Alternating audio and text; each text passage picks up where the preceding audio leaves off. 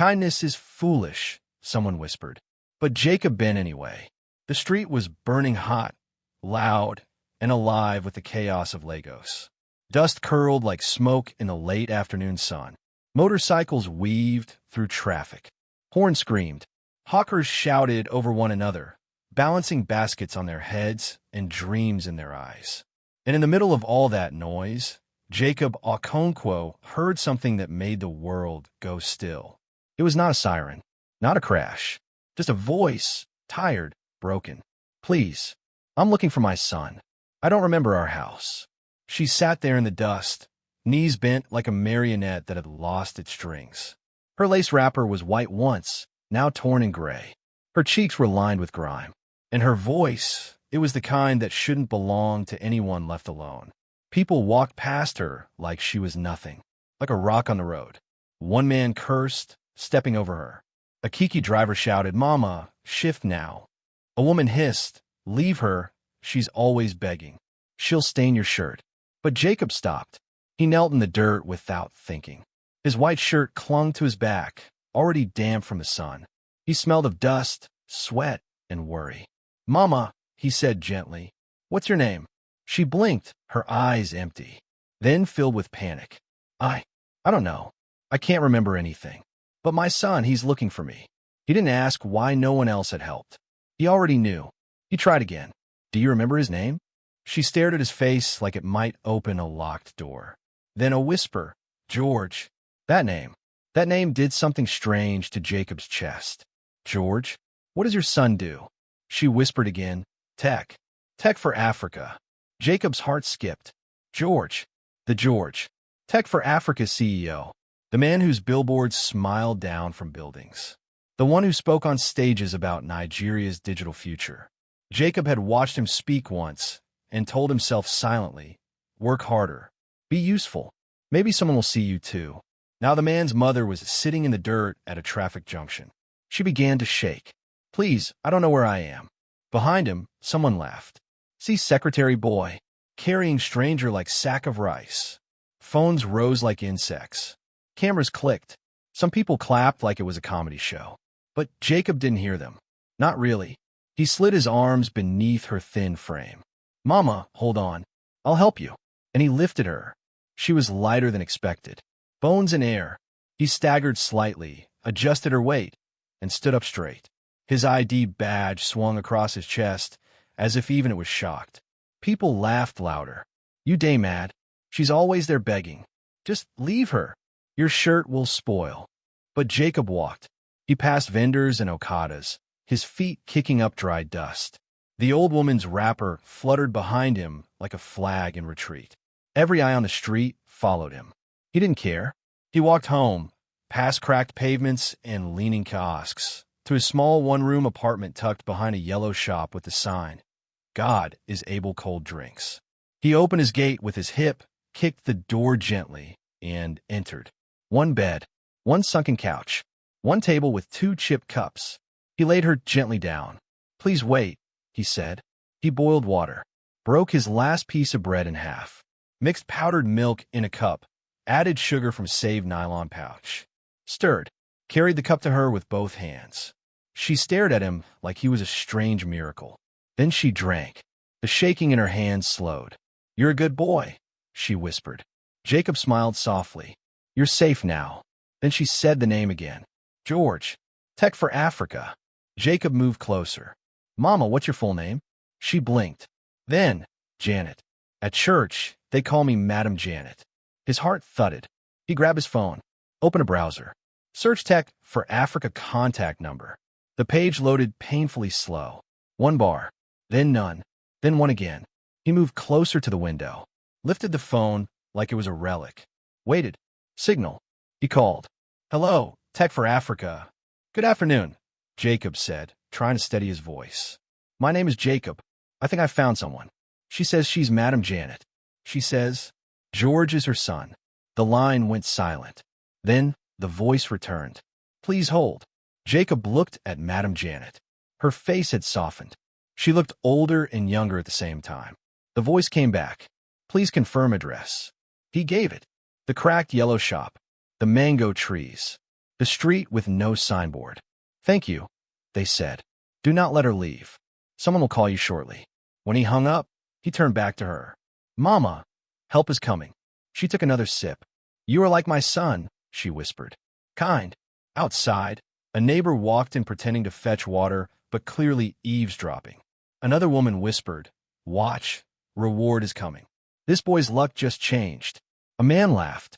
This kindness won't pay rent. Jacob ignored them. He dipped a towel in warm water and wiped Madame Janet's hands, slow and gentle like he was washing porcelain.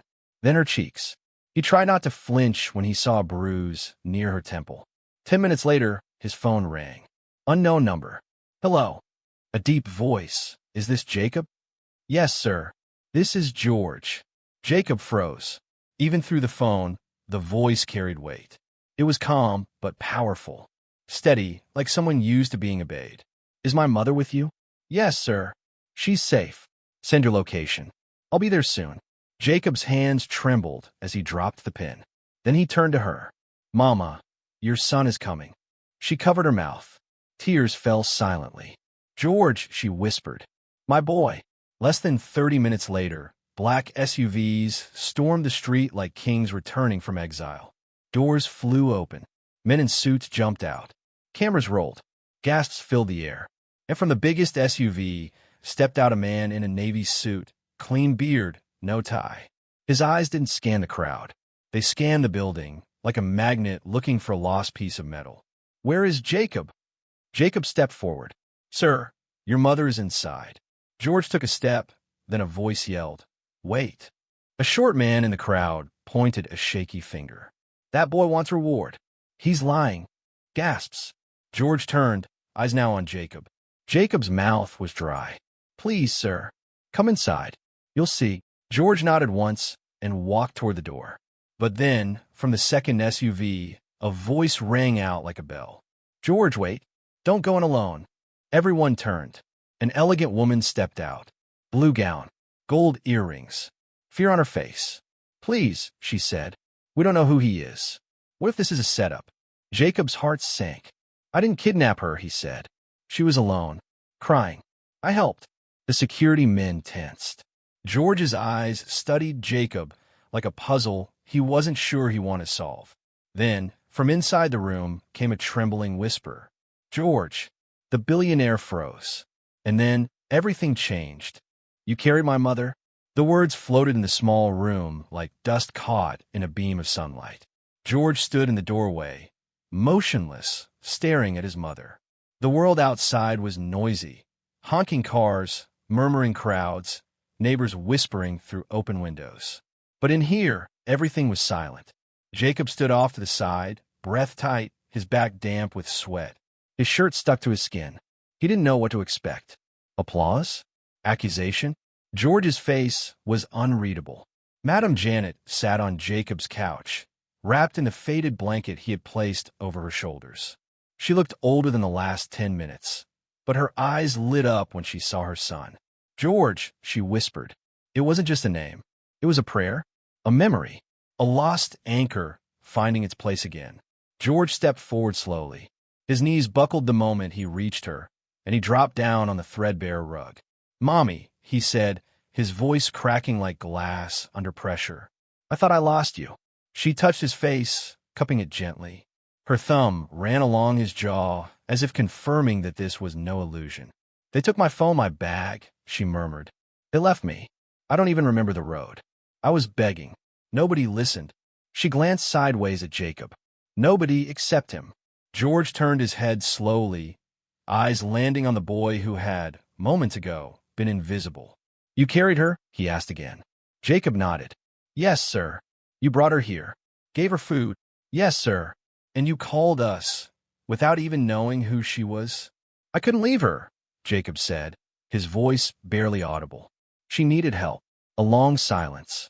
Then George stood up. Thank you, he said. Not loud, not dramatic, but deeply real. You didn't have to, but you did. He turned to his team. Prepare the cars. She's going home. Then, to Jacob, you're coming with us. Me? Yes. I want you to see where this kind of heart leads. Outside, the crowd had multiplied. Phones hovered like fireflies. Those who had laughed earlier were now whispering. Jacob. Jacob saved her. The boy from Yaba. He's going to be blessed. Jacob helped Madame Janet into the SUV. The leather interior made him nervous. He sat at the edge, careful not to press his back against the seat. Beside him, George and Juliana spoke in hushed tones. 40 minutes passed in a blur. Traffic lights changed. Billboards flew by. Jacob watched them silently, still unsure if this was a dream or a divine prank. They turned into a quiet estate with manicured hedges and wide roads. The kind of place Jacob had only seen on TV. Then the mansion appeared, clean white walls, symmetrical windows, and a driveway paved with quiet luxury. A fountain bubbled near the entrance like it had never seen chaos. The car rolled to a stop. "Welcome home," a guard said, helping Madame Janet out. She looked around as if returning from a long war. "Home," she whispered. Juliana gripped her hand and led her inside. The living room glowed with soft gold light. Every tile shimmered. Every painting looked too expensive to touch. George gestured toward a cream-colored sofa. "Please, sit." Jacob hesitated. His dusty trousers didn't belong here. But he sat on the edge, barely letting his back touch the cushion. "You look nervous," George said, smiling faintly. "I've never been in a house like this, sir." "You will get used to it." George walked over, sat opposite him. "My mother says you saved her life. I only did what anyone would do." George raised an eyebrow. "You're wrong. Most people walk past. You stopped." He stood again, his voice calm. "Come, walk with me." They moved into a garden that smelled of roses and wet earth. Birds chirped. The air was cooler here. Jacob's steps felt smaller than usual. George stopped near a stone bench. "What do you do?" he asked. "I'm a secretary. Fintech company in Yaba." "You live alone?" "Yes. I lost my parents years ago." George studied him. "Do you like your job?" Jacob hesitated. "I'm grateful for it, sir. But sometimes I feel like I'm meant for more." George smiled. "Not wide. Just enough. You are. Starting tomorrow, you'll be my special assistant." Jacob's heart dropped. "Sir, I've seen enough to know character when I see it. You think fast. You act with purpose. We need that." "But why me?" "Because you didn't wait to be told. You acted. That's leadership." Jacob swallowed. "Thank you, sir. I don't know how to—" "Don't thank me," George said. "Just don't change." As they walked back, the lights from a mansion glowed through the windows like stars on the ground. Inside, Madame Janet sat upright, sipping tea, a soft smile on her face. "Come, my son," she called to Jacob. He obeyed. "You remind me of George when he was young," she said, reaching for his hand. "He was always helping others. Never cared about dirt on his shirt. Just wanted to do what was right." George chuckled. "He's even better than I was." Juliana appeared with a soft laugh. "He carried my mother on his back, George. You never did that." They laughed. And for the first time in years, Jacob felt something unfamiliar but comforting. He felt seen. That night, they showed him to his room. Bigger than anything he had ever slept in. Tall windows, soft carpet, a bed that could fit 3 of him. He sat on the edge, shoes still on, staring at everything. He almost cried. But just as his eyes began to close, there was a soft knock. Juliana. She stepped in quietly. "You did a good thing, Jacob," she said, her voice softer than before. "My mother-in-law means everything to this family." He nodded. "Thank you, Ma." She lingered. "Be careful, though," she said finally. "This house is beautiful, but it has many eyes. Kindness draws love, but it also attracts jealousy." Before he could ask, she smiled politely, turned, and walked away. Her robe whispered against the hallway tiles as she vanished. Jacob sat alone in the moonlight, her words echoing. Jealousy from who? Downstairs, Madame Janet's laughter floated up like a lullaby. For a moment, Jacob leaned into the sound, letting it wash away his questions. But across the mansion, behind a closed door, a different conversation was taking place. A man sat in the dark, phone pressed to his ear. "He's already here," he whispered. "The boy they're calling a hero." He stared at a glowing screen. Jacob's face frozen mid-smile in a paused video. "I'll make sure he doesn't last long." He ended the call. The room stayed quiet. But in his eyes, a storm was already forming. Jacob woke up in silk sheets. For a moment, he didn't know where he was. He blinked at the ceiling, too smooth. Turned toward a window, too clean. A curtain danced in the breeze, and sunlight spilled in like honey, painting gold on the marble floor. He sat up slowly. This wasn't a dream. It was real. The room was twice the size of his old flat. A wardrobe taller than his landlord's gate. A desk with a new tablet and a schedule printed in gold font. His name was at the top. Jacob Okonkwo, executive assistant to the CEO. He rubbed his eyes and whispered under his breath, "God, are you watching?" A soft knock pulled him back to earth. A young maid opened the door shyly, broom in hand. "Good morning, sir." He blinked. "Please, just Jacob." She giggled. "Oga George said you're his new assistant. That means you're our Oga now." Jacob smiled awkwardly. "No Oga here. Just Jacob." She bobbed her head and resumed sweeping. Jacob stepped into the hallway. The floor felt smooth under his bare feet. The scent of fresh coffee floated from downstairs. From the garden, he heard laughter. It was Madame Janet. He followed it. She sat under a white umbrella, in a clean blue wrapper, sipping tea. She looked younger, lighter. "My son, come and sit," she said. Jacob obeyed. "You look well rested," he said. She chuckled. "First good sleep in a long time. Thanks to you." As she sipped her tea, George appeared behind them in a navy suit. Phone in one hand, calm energy in the other. "Morning, Mama." "Morning, Jacob." "Good morning, sir," Jacob replied. George gave a warm nod. "After breakfast, meet me in the study. Your first day begins." Jacob nodded, heart racing. Madame Janet beamed. "See how fast life changes. Yesterday, he carried me on his back. Today, he's your assistant." George smiled. Kindness lifts faster than any elevator. But from above, someone watched. Roland. He stood on the balcony, arms folded, his face unreadable, eyes cold. He had been George's assistant for 5 years. Managed his calendar. Answered late-night calls. Got things done before they were asked. Now this boy had shown up, carried an old woman, and stole his chair. He turned and walked away. Downstairs, the doctor arrived again. Checked Madame Janet. "She's stable. Just needs rest." George went into the study. Jacob followed. The office was wide, modern, and smelled faintly of lemon polish. Awards lined the walls. Framed headlines hung behind the desk. George handed him a tablet. "That's your schedule. You'll coordinate calls, manage meetings, review emails. We're preparing a board presentation." Jacob nodded. "Yes, sir." George looked at him. "I trust fast, but I also let go fast. Loyalty is everything." "Yes, sir." "Lunch is at 1.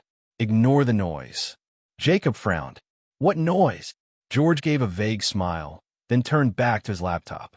By 10 a.m., Jacob was buried in messages. He typed fast. Scheduled meetings, sorted files, flagged key mails. George raised his eyes once. "You're fast." "Thank you, sir." But Jacob felt something. He glanced toward the doorway. Roland stood there, arms crossed, a half-smile on his face that didn't reach his eyes. "You're fast," he echoed. Jacob stood. "Good morning, sir." Roland chuckled. "Don't call me sir. You're the boss's favorite now." "I didn't mean—" Roland cut him off. "I know why you're here. Just don't think kindness alone will keep you in this house." Jacob's brow furrowed. "I don't understand. People forget kindness," Roland said, voice low. "They remember loyalty." He walked away. Jacob stood there unsettled. Lunch came. A formal meal. Grilled fish, jollof rice, fruit juice. George introduced Jacob to the staff, the chef, the cleaner, the driver. Everyone smiled politely, but something lingered under their greetings. Suspicion? Tension? The afternoon passed in a blur. George had back-to-back calls. Jacob kept pace. That evening, he sat in the garden with Madame Janet. The sky blushed purple. "Mama," he asked, "how did you end up on that road?" She stared at her tea. "Bad dream," she said. "I was coming back from church. A car stopped. I thought it was George's driver." She paused. Then darkness. I woke in a small room. 2 men asked for my son's number. I refused. Prayed. 2 days later, they blindfolded me, drove for hours, and dumped me on that road. Jacob's chest tightened. You went through that alone? She nodded. But God sent you. She touched his hand. Never change, my son. I won't, Jacob promised. Juliana entered the garden. Dinner's ready. The dining table glowed. Plates perfectly set. Madame Janet laughed. George spoke of company plans. Until Roland entered. He whispered to George. Handed him a folded paper. George's smile faded. When? Roland replied quietly. Juliana looked up. What's wrong? Nothing serious, George said. Just company data. But Jacob saw the shift. George's eyes hardened. Later that night, Jacob passed them talking in low tones. They stopped when they saw him. Good night, sir, Jacob said. George nodded. Roland didn't. In his room, Jacob's phone buzzed. Unknown number. Be careful who you trust in that house. Jacob froze. He replied, Who is this? No answer. He turned off the light. Sat in the dark. The next morning, the sky was dull. George called early. We're heading to the office. Big meeting. You're coming. Jacob dressed in a crisp, white shirt George had sent up.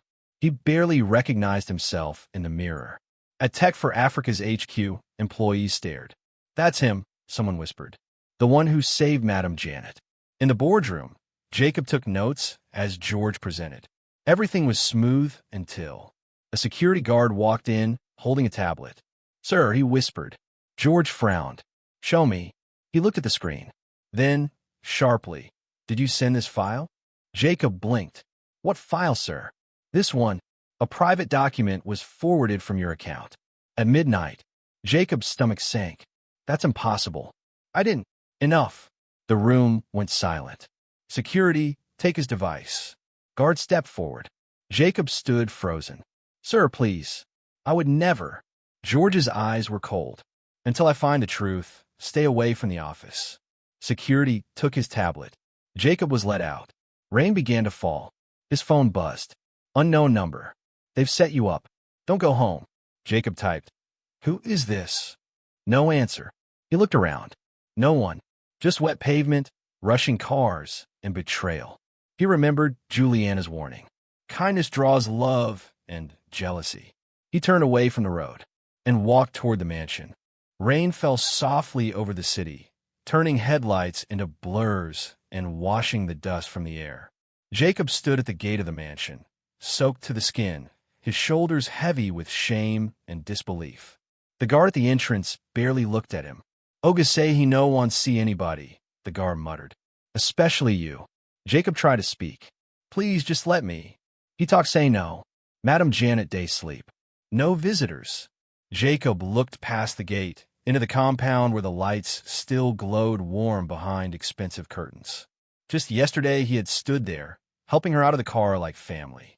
Now, he wasn't even allowed through the gate. He turned to leave, heart pounding, mind spinning. But before he could step away, a voice called softly from above. Jacob. He looked up. Juliana stood on the balcony in a light robe, her hair tied back, her expression unreadable. What happened? She asked. They think I leaked a company file, Jacob said, rain running down his face. George believes it. Juliana's expression darkened. Come inside. Quickly. Through the back. She met him by the kitchen door and led him inside, careful to avoid the main hall and cameras. The warmth of the house only made the cold in Jacob's chest more obvious. I've seen strange things in this house, she said. Since you came, things have shifted. Whispers. Locked doors. Roland's late-night calls. Roland set me up, Jacob said. I just don't know why. Juliana stopped in the hallway. Because he's been George's shadow for 5 years. And you replaced him in 5 minutes. Jacob shook his head. But I never asked for anything. You didn't have to. You reminded George what loyalty looks like. They turned a corner. Voices echoed from the main hall. Juliana grabbed his arm and pulled him into a storage room. Wait, she whispered. Through the thin crack of the door, they saw Roland walk past, holding a tablet. His face was calm, lips pulled in a faint smile. Madam, he said, not seeing them, you're still awake? I'm preparing for the morning, he added with a casual shrug. Early start. Something fell. A small object. Roland bent and picked it up, a flash drive, and continued walking. Jacob's chest tightened. That's it, he whispered. That has to be it. He keeps a backup laptop in George's study, Juliana said. Jacob nodded. Then we have to check it. They waited until the house grew still. Then they moved. Quiet steps. Careful shadows. The study door creaked open. Inside, golden light pooled across the floor from a desk lamp. Files were stacked neatly. George's awards glinted faintly on the shelves. Jacob powered on the spare laptop. A password screen blinked. Try his birthday, Juliana whispered. Jacob typed 0210. The screen unlocked. He opened the recent documents folder. A single folder stood out, privy_access. Inside were screenshots, contracts, memos, and one email that froze the air in his lungs. From Roland@techforafrica.com to unknown@protonmail.com. Subject, transfer confirmation. Payment received. File sent successfully. The new boy will take the fall. Jacob turned the screen to Juliana. She covered her mouth. My God. Before they could copy the folder, a voice cut through the room like a blade. What are you doing? They turned. George stood at the doorway, face hard. Roland was behind him. I found them, sir, Roland said.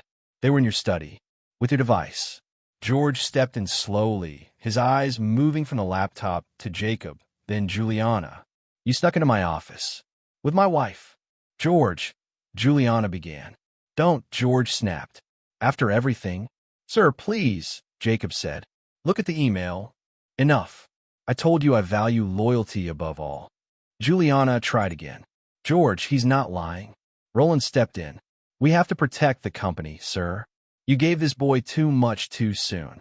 George stared at the screen for one long moment. Then he looked at Jacob. Get out, before I call the police. Jacob's voice cracked. I swear I didn't. Now. So Jacob left. His footsteps echoed behind him as he walked down the corridor and out into the night.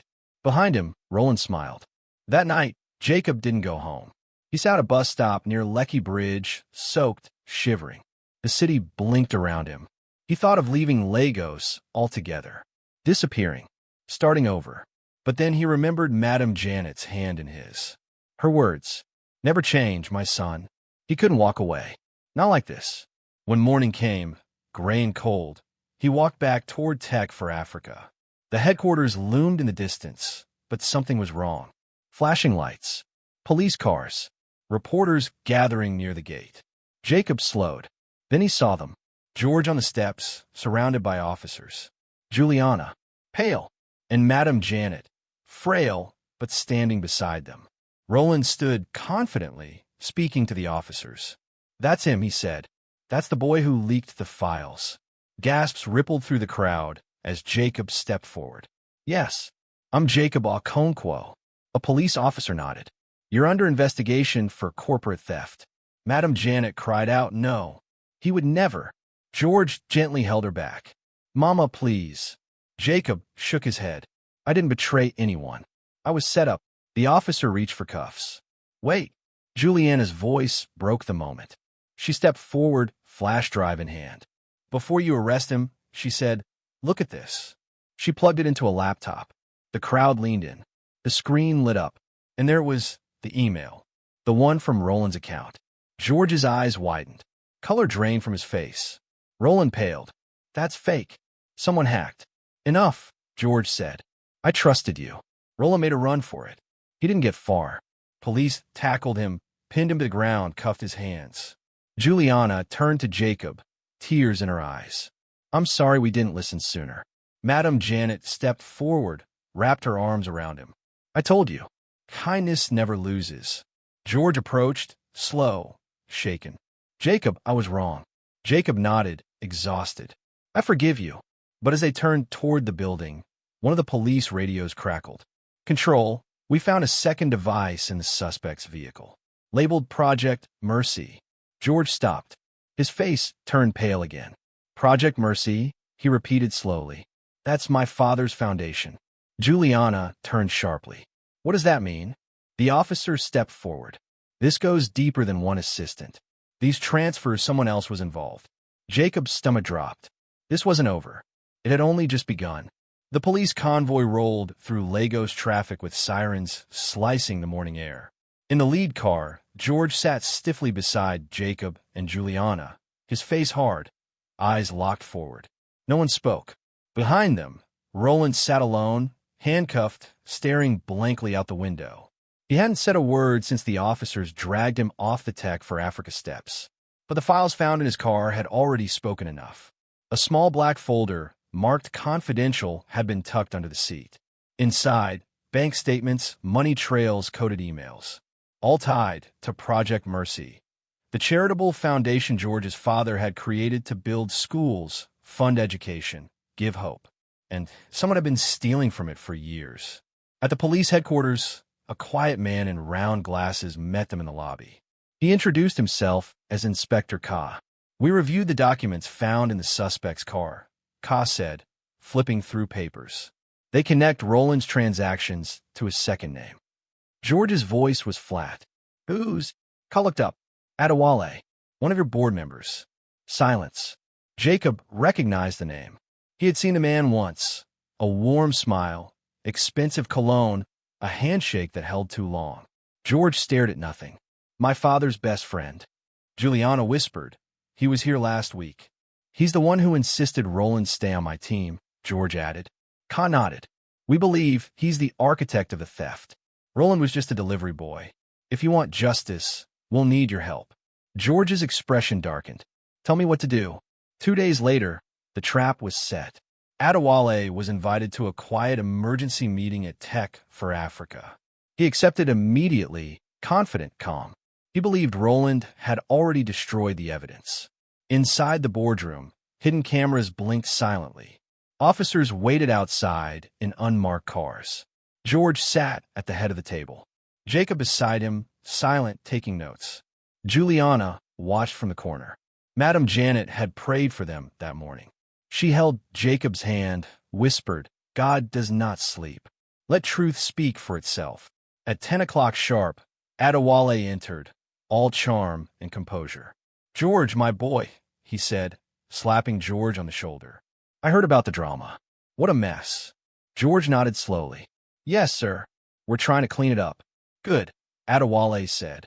"I told you not to let strangers too close. The boy, what's his name?" His eyes flicked toward Jacob. "Sometimes the snake slithers in through kindness." Jacob didn't respond. He just kept writing. George folded his arms. "Roland said something before we handed him over. Oh, he said he wasn't acting alone, that someone above him was using the foundation to cover their tracks." Adewale's smile tightened. "George, you know how people lie when they're caught.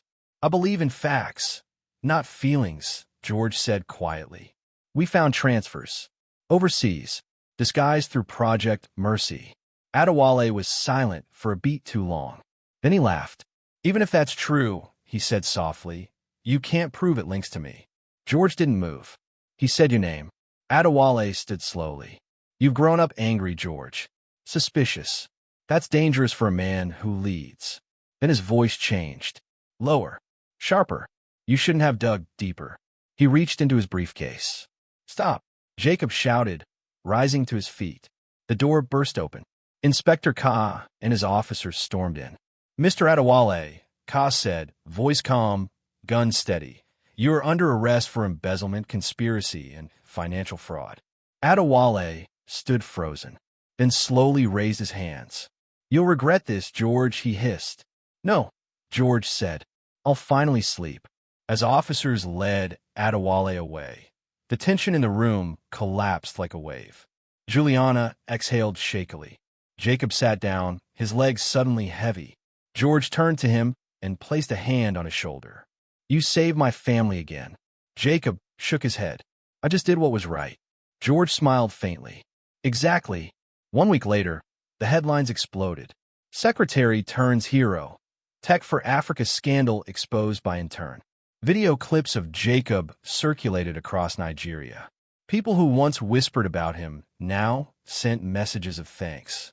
On buses, at newspaper stands, on WhatsApp groups.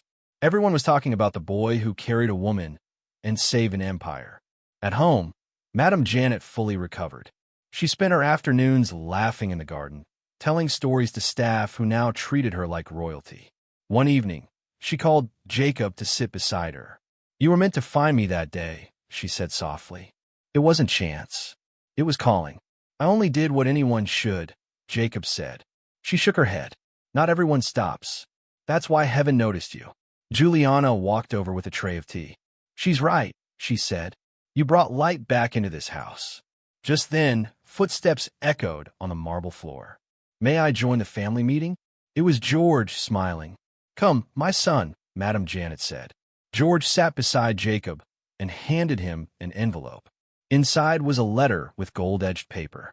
Jacob read the title twice. Permanent role, special assistant to the CEO. He looked up, stunned. George grinned. "And a house. In Lecky. Fully yours." Jacob was speechless. "Sir, I don't know what to say." "Just keep being Jacob," George said. Madame Janet clapped her hands. "From carrying me in the street to being carried by blessings." They all laughed. Months passed.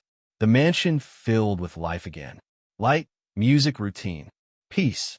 Then one afternoon, as Jacob helped organize a company charity event, a voice called to him. "You must be Jacob." He turned. She stood near the fountain, tall, graceful, her smile wide. A trace of George in her face. It was Vicky, George's daughter, newly returned from London with an MBA and enough fire to melt stone. "I've heard about you," she said. "All good things." Jacob blushed. "I do my best." "I like that," she said. From that moment, they talked daily. In the garden, in the kitchen, on balconies at night. They shared childhood's scars and dreams. One evening, under the same mango tree where he once sat with Madame Janet, Jacob knelt, heart racing.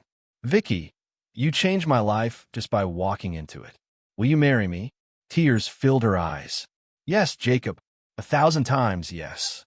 The wedding echoed across Lagos. Dignitaries came. The street where Jacob once carried Madame Janet was lined with ribbons and speakers. George and Juliana smiled from the front row. Madame Janet walked her granddaughter down the aisle. When Jacob and Vicky said their vows, even the guards outside wiped their eyes. At the reception, George raised his glass. To Jacob, he said, "A man who proved true wealth isn't money, it's kindness." Cheers erupted. Months later, Jacob and Vicky welcomed a baby girl. They named her Olivia, after Jacob's mother. When Madame Janet held her great-granddaughter, her wrinkled hands shook, but her voice didn't. "This," she whispered, "is what kindness builds. Generations of love." George placed a hand on Jacob's shoulder. "You carried my mother when the world laughed. Now the world carries your story." Jacob smiled, eyes glistening. "It was worth it, sir. Every step." A camera flash went off. One photo, Madame Janet. Vicky, baby Olivia. Jacob, all beneath the golden light of dusk. And just like that, the boy who once walked home invisible finally found his place in the light. Not by chasing power, but by carrying someone who had been forgotten.